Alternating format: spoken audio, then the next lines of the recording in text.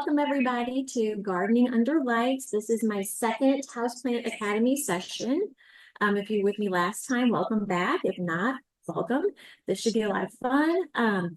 I work for Extension here at the University of Georgia Extension in Gwinnett in agriculture and natural resources.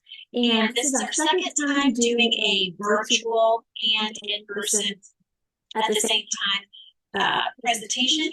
And Lisa kind of helping me, so if you hear me talking to her or her talking to me, that's what's going on. So we're refining this as we go. So today we're going to talk about gardening under lights indoors and how you can overwinter houseplants and also grow other types of plants. So, okay. I wanted to mention my Houseplant Academy series has been 4 parts. We had the first one, Indoor Green Oasis, last month. And then today we're doing gardening under lights. Next month, we'll do houseplant care, dealing with pests and diseases. And then December will be my favorite one, houseplants for the holidays. Whether you're decorating for Christmas, Kwanzaa, Hanukkah, we're gonna cover it all. So it'll be a lot of fun. Okay, so first let's discuss the light in your home.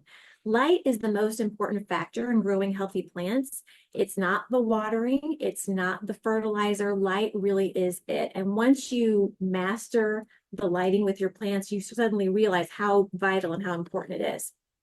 You want to match the lighting requirements of your plant with the light that you can provide in your home, either through windows or artificial lighting.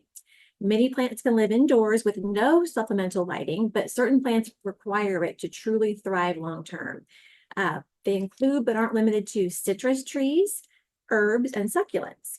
And many of your common houseplants benefit from the addition of a grow light as well. So a plant's needs are nuanced.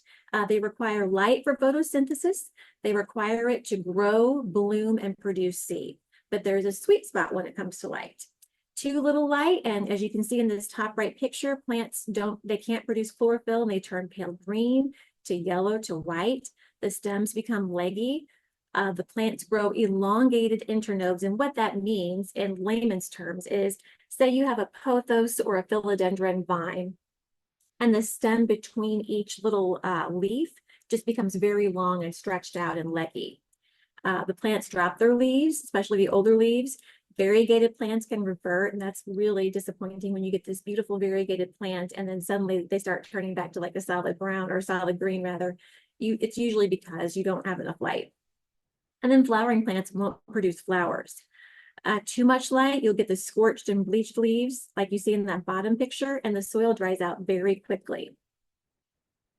So there are many different types of grow lights, and I'm trying to scale this to the homeowner who's growing as a hobby, who's growing for fun, who wants to enjoy houseplants or different types of plants in their house. This isn't geared towards somebody who's doing it on a commercial scale, trying to sell whatever they grow.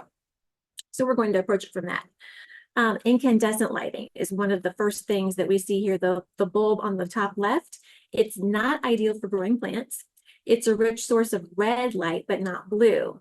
The red light is what causes it to flower and for the stalk to become short and stocky, but it's not going to provide the full spectrum. These incandescent lights provide too much heat. They're inefficient. The lifespan of an incandescent bulb is only 1,000 hours. It can be used to supplement red rays when you're using a white or daylight fluorescent, but it's not an ideal setup.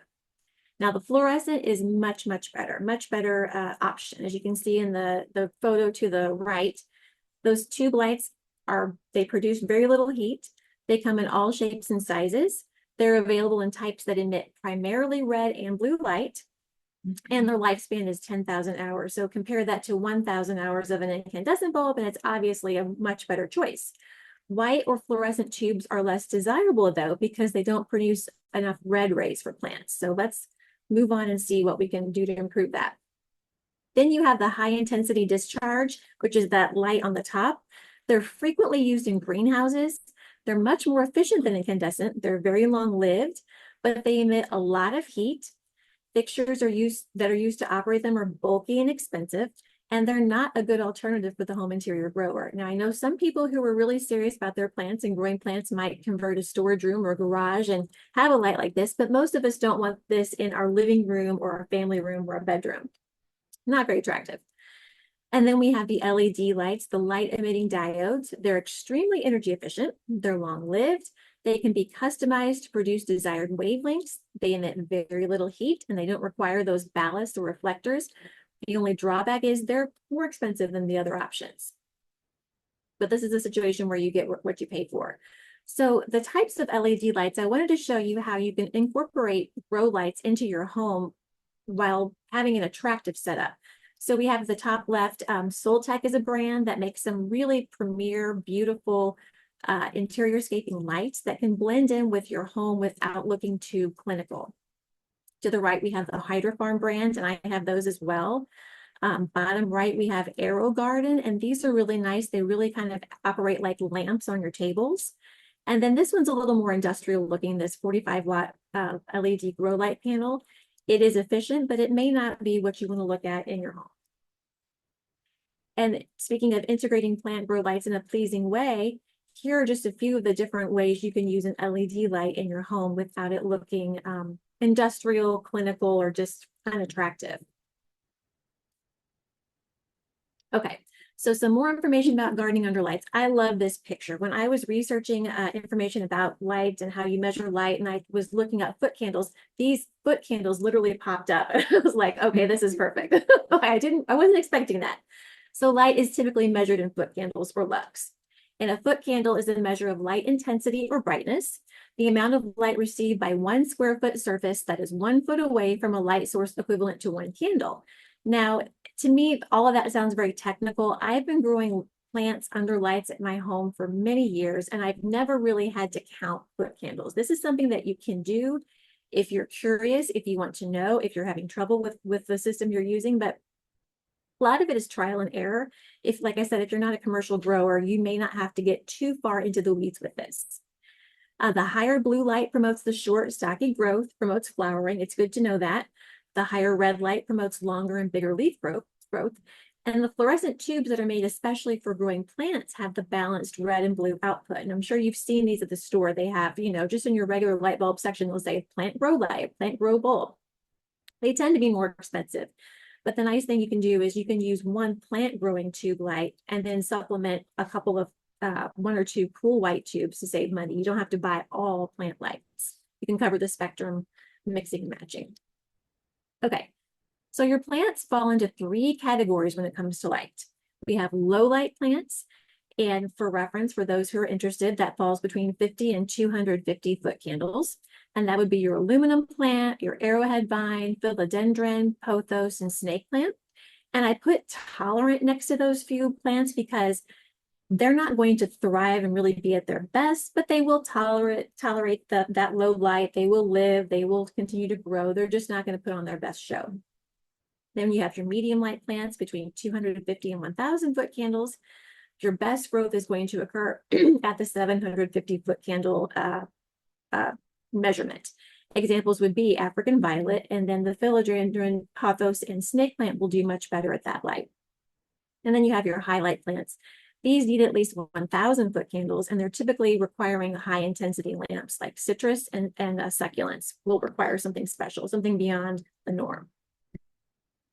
Okay, your grow light should be placed between 6 and 12 inches from the tip of the plant, and adjustable light fixtures are best. So what that means is a light fixture that you can modify and move. You don't want something stationary that can't be moved. And then how long should they be on? Plants that receive no outdoor light need 16 to 18 hours per day. So consider that a plant that's in a room with no window. Plants that receive some additional light from windows need 12 to 14 hours per day. Now you're probably wondering what these pictures are at the bottom and what that means. One of the people that I follow online is Daryl Chang. He runs the Houseplant Journal blog and website, and he is an engineer by trade and a plant enthusiast by hobby, but he gets really technical and in the weeds with how he approaches. He basically approaches plants like he does engineering.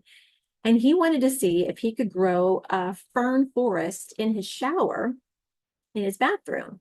His bathroom has no windows, completely dark. And so he wanted to see if he can make this work. So he bought these ferns, this whole assortment. You can see he bought some shower caddies from Target, filled them with some sphagnum moss, and just stuck them inside the shower. And then here's what it looks like. The lights on the in the right-hand picture, that's during the day. He leaves the lights off during the day. And the left is at night. So when he goes to bed, he flips them on. It's like a little glow for a night light. And then he just gets to enjoy these beautiful ferns, and they just get watered from the shower from whenever he and his wife take a shower. So that's just really, it's something that you would not necessarily think of, but it's kind of fun. Okay, so growing citrus indoors, this is a really fun topic because we're in fall, we're getting cooler temperatures, we're approaching winter, and growing citrus indoors at this time of year is one of the most fun and rewarding things a gardener can do, because unless you're doing that, four season vegetable gardening, maybe under a cold frame, you're not really getting your green gardening kick. So why should you grow citrus indoors? Well, they love tight spaces for their roots, so the pots that you grow them in are ideal.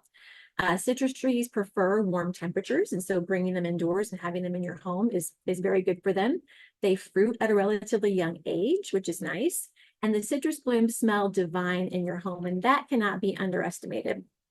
Everyone I know who grows some citrus in their home just talks about, oh, my orange tree is blossoming right now, and it just smells so wonderful, and we're all enjoying it. It's a really nice pick me up for the holidays when it's cold outside and you have this beautiful flowering, growing thing in your home. And it can really brighten the winter doldrums and improve your mental health. A lot of us get, kind of depressed around the holidays, or when the holidays are over, and it's that January, February time when there's not any gardening going on, the holidays are done, it's cold. You can enjoy some nice citrus blooms in your house. So how much light does my citrus need, and what kind of light? You want to grow your citrus indoors with 12 to 16 hours of supplemental light. And be sure to use a light that is intense enough to grow citrus. So you want to carefully read the instructions on the grow light packaging. And what I have found, I've owned many different types of grow lights in my life, and they usually all come with instructions that say, if you're growing XYZ, use it for this many hours and keep it this far away from the plant. So if you're wanting to grow citrus, you want to make sure you find a light that is going to be intense enough to promote the growth of your citrus. Some people may have that perfect south-facing sunny window with, unobstructed, that their citrus will love.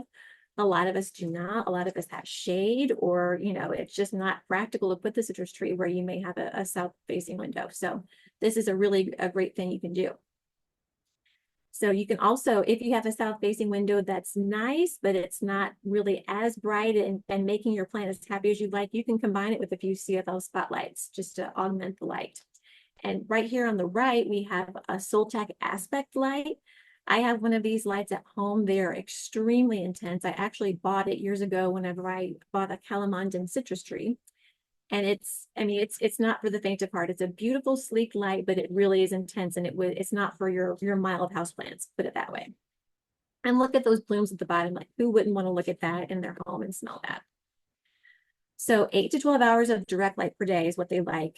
They thrive under the predictability of artificial lights indoors.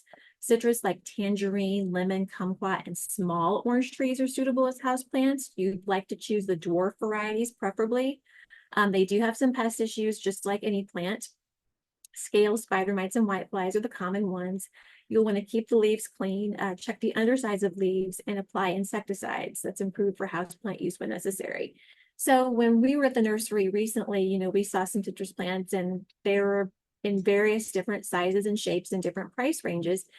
And, some people say, I don't want to deal with that. Like, it's too expensive, or why bother? It'll just die. And I say to that, and I'm a true plant person, no, it's better to have loved than to not, and lost than to never have loved at all. So if you only get a couple of months out of your citrus plant and it makes you happy for 2 months and it dies, well, all the better. It's fine. Okay. So general care for indoor citrus. Citrus with sour fruit will do better indoors because citrus requires heat to produce sugar. So you're not probably going to grow a really super juicy, sweet fruit indoors. You might want to lend toward lemons and tangerines and limes. They're heavy feeders, so you have to make sure you fertilize with a citrus fertilizer. Through April through September is when they like to be fertilized. They like an acidic, well-drained potting mix. So you want to look for ones that are especially formulated for citrus, or you can amend a regular potting mix with perlite or pumice to increase the drainage. You want to keep the soil moist, but not wet. And that's with a lot of plants, unless you're talking about, your true tropicals. Allow the top of the soil to dry out between waterings. It has to have a drainage hole in that pot. You don't want it to be waterlogged.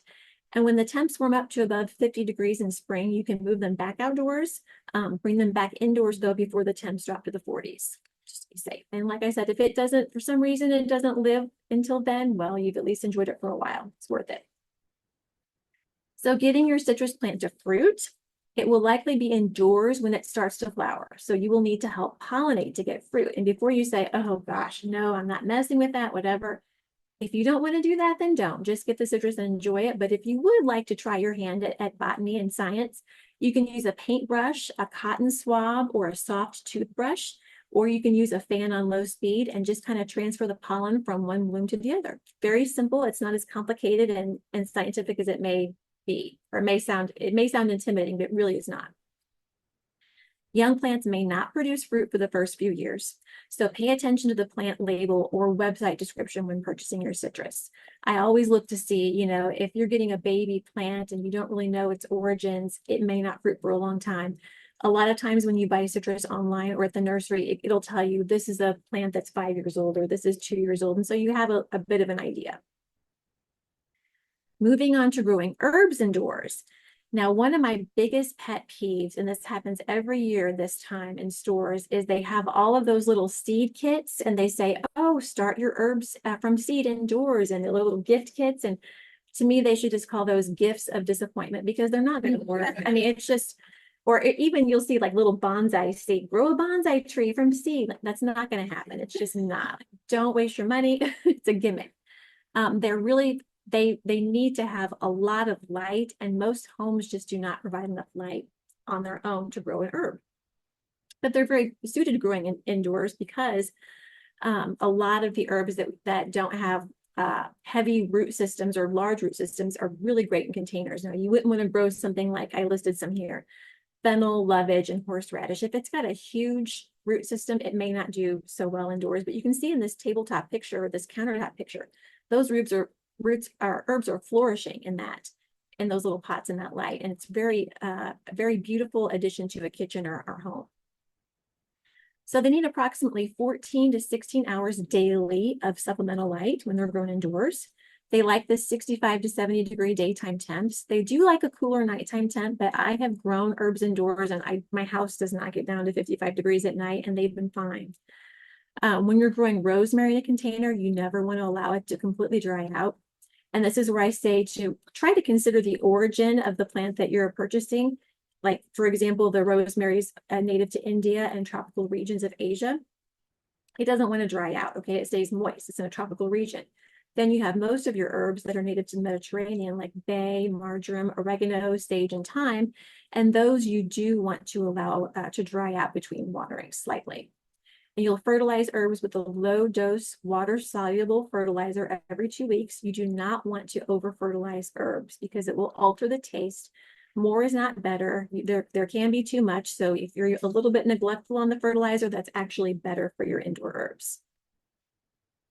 Okay, annual herbs can be grown indoors year-round, while perennial herbs do better if they're moved outdoors in the summer. And I've listed here, and you can look this up. You can contact me afterwards to get a slide deck of this, or you can look this up on your own. But annual herbs are basil, cilantro, dill, chamomile, marjoram, summer savory, and chervil. Dill has a deep taproot, so you will want to plant that in a larger container if you do decide to grow it indoors. And then perennial herbs like mint, oregano, sage, lemon balm, rosemary, thyme, etc. They come back every year. They like to go outside in the summertime. It's just like our tropical plants. Like I have tropical plants that I don't move outside at all, and they really are happier if I do take them outside in the spring and summer. It's just a matter of your personal preference and how much effort you're willing to put into it. Okay, they require a balance between humidity and air circulation. So a lot of times people will group their plants together too closely, and that really can encourage disease and pest issues. Good air circulation, like you can see, these are spaced apart. Air can flow through there. You don't want to keep it in a humid bathroom, because it's a little too stagnant in there. Pests aren't usually an issue when growing herbs outdoors, but growing them indoors is a different story. And that applies to really every plant, because they're not in their normal environment. Outdoors, it's a natural balance with an ecosystem, whereas in your house, it's sterile in comparison. So you can treat indoor herbs with a solution of 1 to 2 tablespoons of a mild dish soap to 1 gallon of water. And you can spray that once a week while the pests are present. Be sure to rinse the leaves before cooking because you don't want your herbs to taste like Dawn or Joy or whatever you're using. At least you know it's safe, but you don't want that floral taste. And do not water herbs with softened water from a water softener. The high sodium content will harm the plants. So just keep that in mind. Growing succulents indoors. Now, this is another favorite of mine because I just love growing succulents and I like to use them for lots of crafts. So all cacti are succulents, but not all succulents are cacti. And most succulents and cacti have similar light requirements though. And succulents need abundant light to truly thrive indoors. Artificial light should be placed 6 to 12 inches above the plants and should be kept on 14 to 16 hours a day. Lack of sufficient light indoors can cause your succulents to lose vibrancy of color. Now look at the picture on the top right, how it's got those beautiful pointed red tips, and the picture on the bottom, it's got that beautiful blue. If they're not getting enough light, they will fade and lose a lot of that fun color. So that's just, they may not necessarily die very soon, but they're not going to look the vibrant, beautiful detail that you want. It can also cause etiolation, which is a process in which plants become bleached and spindly. And I'm sure we've all seen plants that are not getting much light and they stretch and stretch and stretch and the stems are all skinny and it's not a good look. So measuring light can be important if you are interested in doing that. I have done that before. I'm not saying it's absolutely necessary, but it is very helpful in growing indoors. The human eye is deceptive and unreliable. And I say that from personal experience. When I first started out doing this, windows or areas in my home, which I thought would be perfect for a plant, ended up not really getting as much light as I thought. So when in doubt, use a light meter.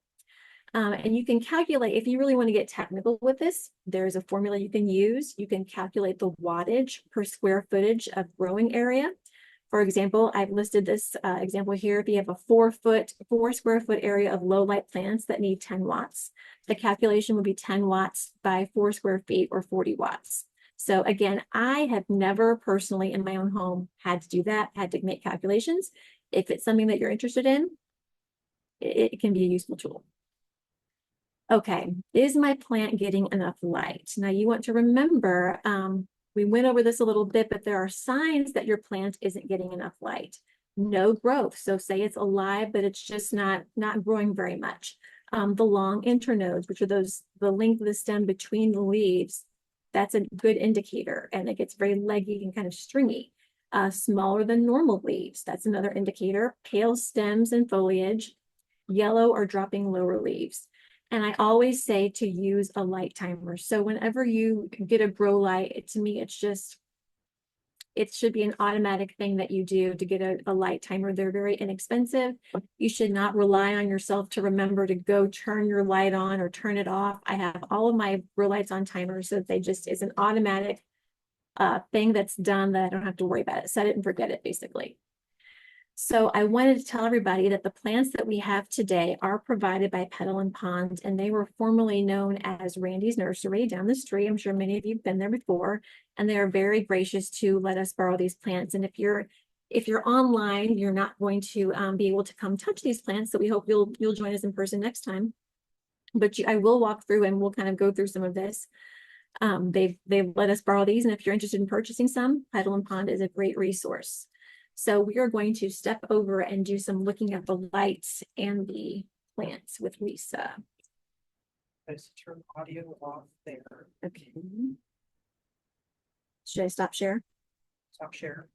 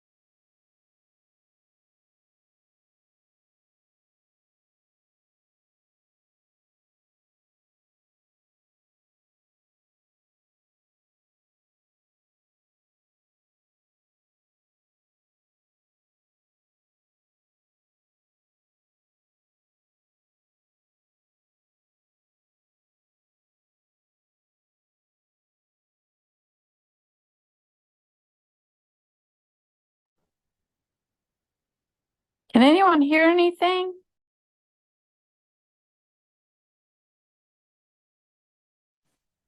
No, I can't No, hear anything. I see Lisa's phone I moving texted around at the Lisa, top.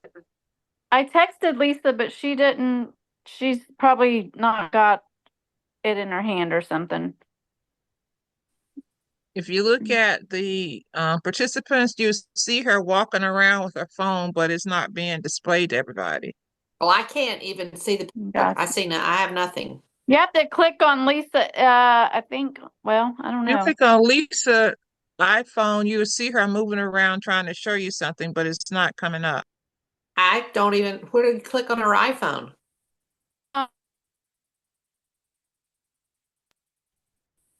Click on participants at the bottom, and you see Lisa is there twice, and they'll show you who all is participating. At least that's what I see on my phone, on my screen. And then you see Lisa Klein's iPhone, and she's trying to show us something. I think she thinks it's coming up on our screen, but it's not. Am I the only one who can see that? I see Lisa under participants, but I don't see any. She's got her video, it looks like, turned off. I can see the picture of Nicole demonstrating, but there is no volume. Yeah. Right. If you look Yes. for something that looks like for the video, if you look for something that looks like a checkerboard square, then you Yeah. can see all the participants. And then when you see Yes. Lisa's video moving around, you can click on it. It'll be the main on your screen. I'm getting someone to go down to the second floor and let them know. Thank you. Welcome. Very good. Okay. Oh, you have to go to Lisa's iPhone, she said. Yeah, like Lisa's. Yeah, you have to, if you're watching online, you do have to click Lisa's iPhone to pin it. Is that? Okay. Like I said, this is our second time doing the virtual and the in-person at the same time, so we're still working out the kinks, but at least everybody in the room can hear me, so that's good. So we have this pencil cactus that's really great. Now the pencil cactus, I do want to say, is one of the most toxic plants that you can possibly ingest. So if you have cats, do not let them near your, or just don't get a pencil cactus. We can hear now. This is a beautiful variegated pink lemon tree. And it is so lovely. The leaves, even when we're done here, you'll have to come smell. They even smell like lemons. They put off beautiful blossoms. Now just imagine having this in your house and enjoying that. You know, it's the holidays, it's dark outside, it's cold, and you have this beautiful citrus. So are we able to hear online? Have we gotten feedback, had they said? I can hear now. Yes, I can hear. Yes, okay. Well, since you guys, I assume, missed this over here, I'll cover it a little bit more or cover it again. We were talking about this tangerine tree, and there's actually a real tangerine on this tree. You can get citrus or fruit in your home, believe it or not. It's going to smell wonderful. It's kind of big. I was saying that when I have purchased citrus for my home, I usually go for a dwarf variety, so not as big as this. It will get bigger, but I prefer something a little more compact, and I think you'll have more success with the dwarf variety. Just your regular tropicals and succulents will do well. Your houseplant that you bring in from outdoors would love some supplemental light. These herbs, I was saying with the basil, you'll want to prune this. If you're growing herbs indoors, even if you're not using them on a weekly basis or cooking with them, you do want to always prune the herbs to encourage the growth to not be so leggy and to fall. It rewards you by with the intention. This grow light I was saying is something that I have used. I have one of these and I have one of a larger size as well. I don't use lights like this in my main living areas. I was saying I put it in the storage room because it's not really something light that I want to have, you know, just in my living room. But it's wonderful. It's something that you can toggle up and down. It's adjustable. You can collapse it in any way. You can put a timer on it. It's a set it and forget it type of light, and really inexpensive. I want to say, what's what? This is an aloe. This is a spider aloe. So there are many different types of aloe than just your regular one, you know, medicinal one that you see. This is really cute. It reminds me of one that's called hedgehog. It's very similar to that. It loves the light. And then this over here, I was saying these clip-on lights are nice. A lot of people like these. They're very inexpensive. Get them on Amazon, very inexpensive, and they clip wherever. And if you're tired of using it or you want to put it away, you can just put it in your drawer and be done. It doesn't take up any space at all. And very little electricity, and it does the job. You'll see that it has the red and blue lights going on it for both for the whole spectrum. Orchids, they love grow lights. They do so well. Anything that flowers really, I found, benefits tremendously from a grow light. And then coleus, I was saying, if you want to overwinter your coleus, like a lot of people treat these as annuals and let them die, which is fine too. Or you can bring it in and put it under a light and it'll be happy. Then we have, I want to talk again about this variegated pink lemon tree that our coworker Jonathan has purchased. He couldn't resist it. It's so beautiful. It's got the most beautiful leaves. They look like a tropical, rare house plant. It does have thorns, which you may not have expected that, but be careful if you buy one of these citrus trees with thorns. But it's going to put out the most beautiful blossoms, the most fragrant blossoms, and then delicious fruit that you can grow in your home. So you'll just want to move it outdoors whenever it warms up outside. It's really great. Very rewarding. And so at this point, I would like to turn it over to questions from our, yes. Where do you get that kind of grow light? That stand? Okay, so somebody here in our audience asked where you can purchase a light like this with this stand. I purchased from Amazon. It's, I think it's the Hydrofarm brand. Hydrofarm is one of the ones that I listed in the slide. They've got all kinds of different ones, but this one is called the Jumpstart, Hydrofarm Jumpstart. I think it was $40, $60, I'm not sure, in that range, but very reasonable. And you can get them much bigger. And then the tube lights last so long. Like I replace a tube light maybe once every few years, and you can get those on Amazon as well. And then for some of the other sources, I was showing you guys the Soltech lights that I really love. So like those are the ones that were a little more aesthetic, I would say. You want me to go back to the PowerPoint? Are you done? I was going to show the pictures of the Soltech. Bear with us as we transition over.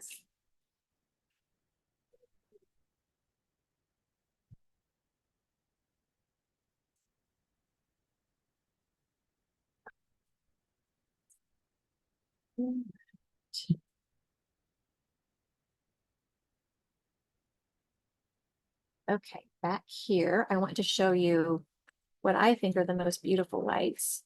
From my personal opinion, this is not me, Nicole from Extension saying you have to buy this. This is just Nicole, the gardener who loves these lights. So this right here on the far right, that's a Soltech Aspect. That's one of the ones that's very, very intense.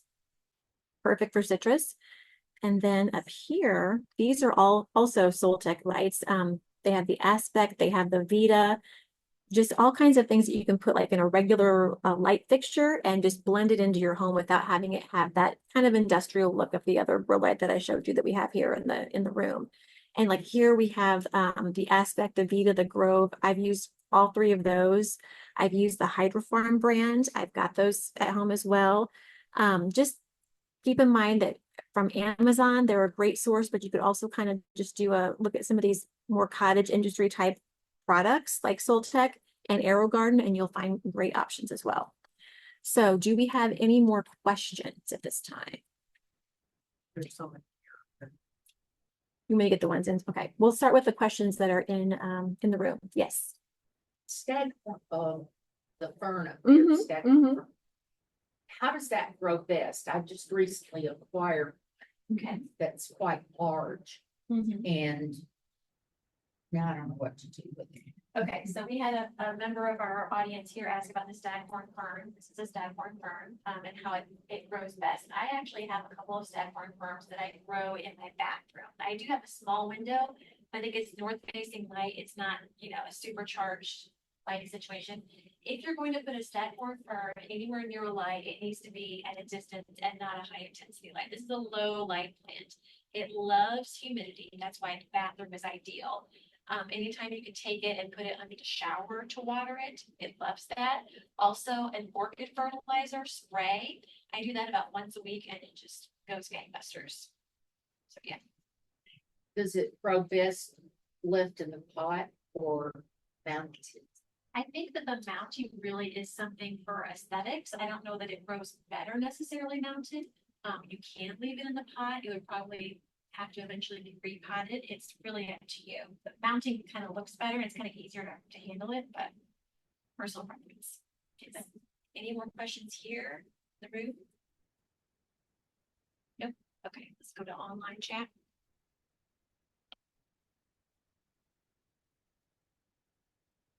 And Lisa is going to let me know what those questions are. She's my producer.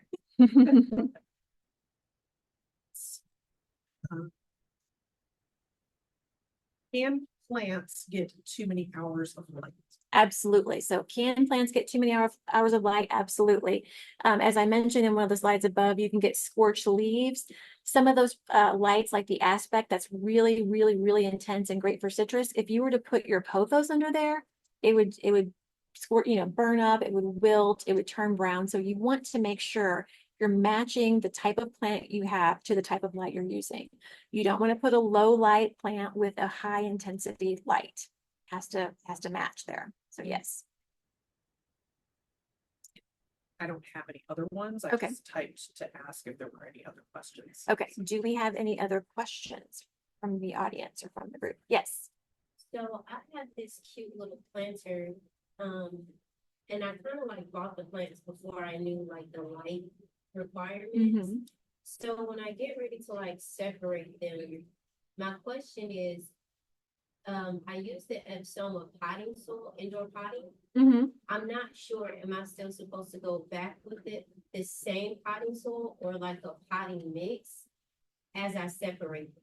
Okay, so we have a member of our audience asking about what type of potting mix to use for her plants when she separates them. So what type of plants are they? I can show you a picture. I have no clue. Okay. Okay. I do have another question. Okay, I go take a look at her.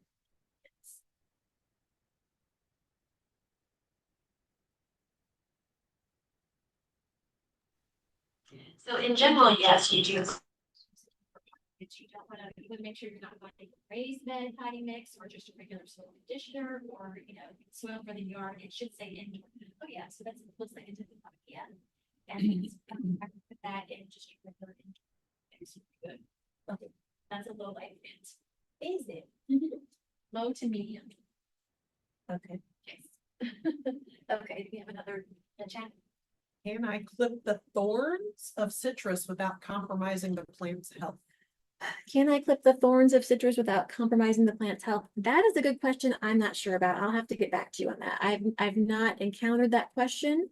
I don't know. I'll have to let you know if you would like to reach out to me. And that's, I have on my screen right now, you should see, if you have a question for me, you can always call us here at Extension. We have a whole team of people who have answers. And like you've noticed, I don't have an answer, so I will get one for you. With people who know a little more than I do. You can call us, you can email us, just the team, UGA Extension at GwinnettCounty.com, or you can email me directly at nicole.caldwell@GwinnettCounty.com. So whichever member of our audience asked that question, if you'd like to email that to me, that would be fantastic. And I'm curious myself too, because I have a coworker who's about to give me a humongous trifoliate orange. Yes, that's you, Laura Tierney. And she said, and she says it has a lot of thorns, and I'm curious if I can cut those thorns. So we'll find out. Yay! Yes. I thought to answer the thorn question, and I Googled it. You can clip it, but they just grow right back. Okay. So I don't know Okay. So we had a member of our audience say that you can clip them, but they'll just grow right back. So I mean, I guess it's 6 of one, half a dozen of the other, if you want to mess with it or not. Okay, any other questions? Okay. And now for those of us who are actually here in person, I do have some cuttings out in the little lobby area that you can plant if you would like to take some succulents, or excuse me, some cuttings home in cups. If you are online with us, thank you so much for sticking around. We really appreciate you joining, and I hope you join our next Lunch and Learn in November, where we talk about household plants and pests. For right now, though, if you'd like to email me or ask me any questions, please do. And then we'll go ahead and drop off of the online streaming version, and we'll go to planting here in the room. Should I stop share? Okay, thank you so much.